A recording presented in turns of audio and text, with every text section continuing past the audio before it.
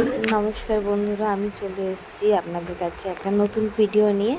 এটা যদি অনেক দিন পুরনো ভিডিও, দেখেই বুঝতে পারছেন এটা হচ্ছে শীতকালের ভিডিও। তখন আমার সিজার হয়েছে মাত্র 2.5 মাস হয়তো হবে তখন, তাও না। তো বাড়িতে কেউই ছিল না, ম্যাক্সিমাম টাইমটা আমি এরকমই একা থাকতাম। মা সকালবেলা করে বাড়ি চলে যেত, আমার মা এসে রাতেরবেলা করে থাকতো। তো তখন মোটামুটি আমাকে একাই সামলাতে হতো। তো আজকের আমি বেড কভারটা চেঞ্জ করব, এদিকে মেয়েকেও আমি ঘুম থেকে তুলতে পারছি না। কিভাবে করি সেটাই আপনাদের সঙ্গে শেয়ার করছিলাম। দেখতেই পাচ্ছেন, আর শীতকালের বিছানা মানে হচ্ছে প্রচুর বিছানা। আর এইটুখানি আমি জেনে গেছিলাম যে যার কেউ নেই তার ভগবান আছে, এই কথাটাই বলে আমি নেমে পড়েছিলাম। কেন সেই সময় আমার পেটে ব্যথাটাও বেশ ভালো জোরেই করছিল। মানে আমি যে কী কষ্ট এগুলো করছিলাম সেটা আমিই জানি। সে যাই হোক, এবার হচ্ছে বিছানা পাল্টানোর প্রক্রিয়া শুরু। সব কম্বলগুলো কোনোভাবে আমি নামিয়ে নিলাম আগে। এবার এক এক করে সব গুছিয়ে সাইড করব, কেন খাটের মধ্যে অনেক বিছানা, মেয়ের অনেক কাঁথা কাপড় সব ছিল। তারপরে এবার মশারিটা খুলবো যাতে মেয়েটা না উঠে যায় ঘুম থেকে, সেইভাবে আমাকে কাজগুলো করতে হচ্ছিল আস্তে আস্তে, খুবই আস্তে আস্তে। কারণ ওর ঘুম খুব পাতলা, আর ঘুম থেকে উঠলেই একবার কান্না শুরু করে দেয় যদি, তাহলে তো আর রক্ষে নেই।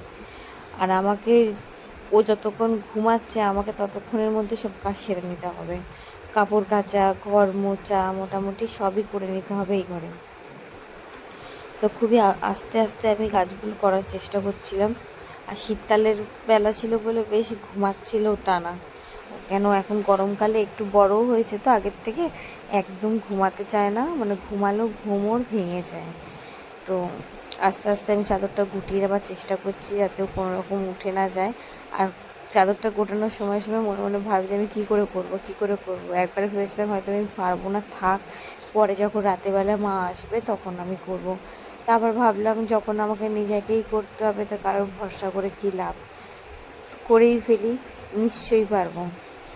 তো কোনো রকমে আমি চাদরটা গুটিয়ে আর হালকা করে একটু ঝাড়ু দিয়ে একটু ঝেড়ে নিয়েছিলাম। কেন খুব ভালো করে ঝাড়ার মতন সেই পরিস্থিতি তখন ছিল না।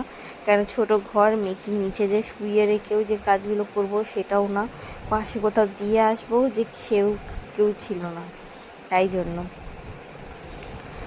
তো কোনো রকমের কাজগুলো আমি সারছিলাম, দেখেই নিচ্ছেন যে কীভাবে আমি কাজটা করছি। চাদরের উপর দিয়ে চাদর গোটাচ্ছি, এবার আস্তে করে কোলের উপর তুলে নিলাম।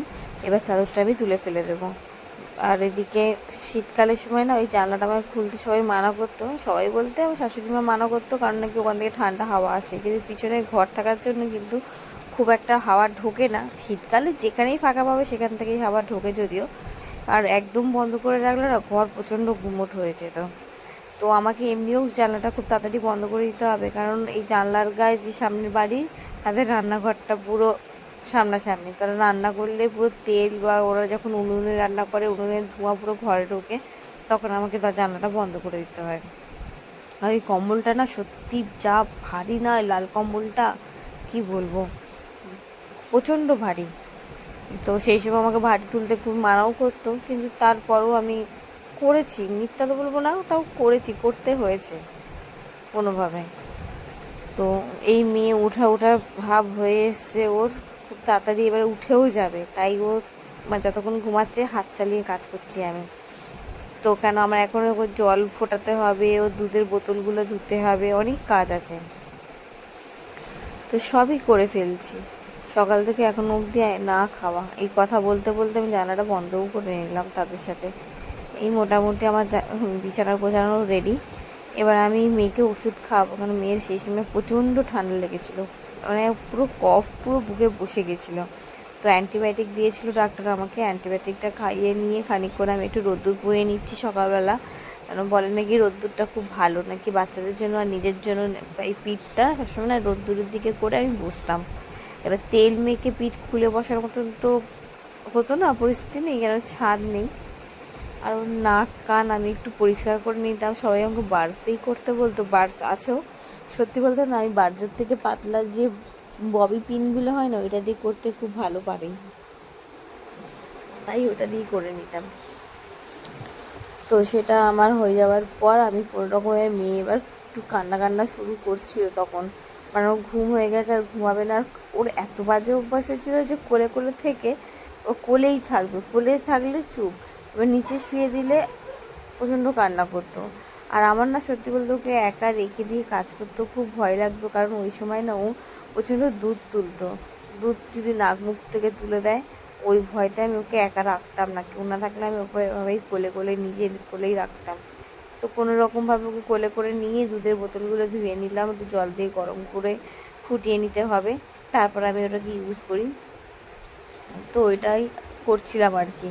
আর তখন নতুন ওই তোলা দুধের জন্য একটা প্যাকেট নিয়ে এসেছিলো, তো আমি না বুঝে পাচ্ছিলাম না ওটা কীভাবে ওটাকে রেডি করব। তো ওই বারবার করে ওই বক্সটাকে খুলছিলাম আর পড়ছিলাম যে কতটা এমএল কী দেবো। ওর বক্সের ভিতরে যে কাপাগুলো দিয়েছিলো সেইগুলোও আমি মানে ধুচ্ছিলাম গরম জল দিয়ে। আর সবাইকে বলি যারা নতুন মা হয়েছো, ঠিক আছে, তারা নিজেরা চেষ্টা করো না নিজেদের কাজটা নিজেরাই করে নিতে, কারোর উপর ডিপেন্ড থাকাটা না খুবই আমার মনে হয়েছে যে বেকার, যে কেউ আমাকে করে দেবে, কেউ করে দেয় না, যদি করেও দেয় না কথা শোনাতে ছাড়বে না। সে যাই হোক, আর কেউ আমার জামা কাপড়ের উপর দিয়ে যেও না, যারা জানোই যারা মা হয়েছে তাদের আর কাপড় জামা ঠিক থাকে না, তাও এরকম ছোট বাচ্চা যখন থাকে তখন। তো সব হয়ে যাওয়ার পর এবং শাশুড়ি মা এসছে ওকে নিতে। তো যাই হোক, গরম জল দিয়ে আমি দুধটা এবার করে ফেলছি, মোটামুটি আমার তখন অর্ধেক কাজ শেষ, সেরকম কাজ নেই, আমার শুধু স্নানটা বাকি ছিল। ততক্ষণ মেয়ে ঘুমালে হয়তো আমার সেটাও হয়ে যেত, অসুবিধা হতো না। তো ওকে নিয়ে আসতে বললাম যে ঠান্ডার হাওয়া দিচ্ছে বাইরে, বাইরে নিয়ে পুরো না ঘরে আসো, দুধ খাওয়াবো। তো ওকে নিয়ে ঘরে এসছে সবে, একটু আদর করছে, একটু চুপ করাচ্ছে, উনি আবার চলে যাবেন এক্ষুনি, কেন ওনার রান্না আছে, ঘরের কাজ আছে। তো এই মেয়েকে নিয়েই বসবো আমি সবে।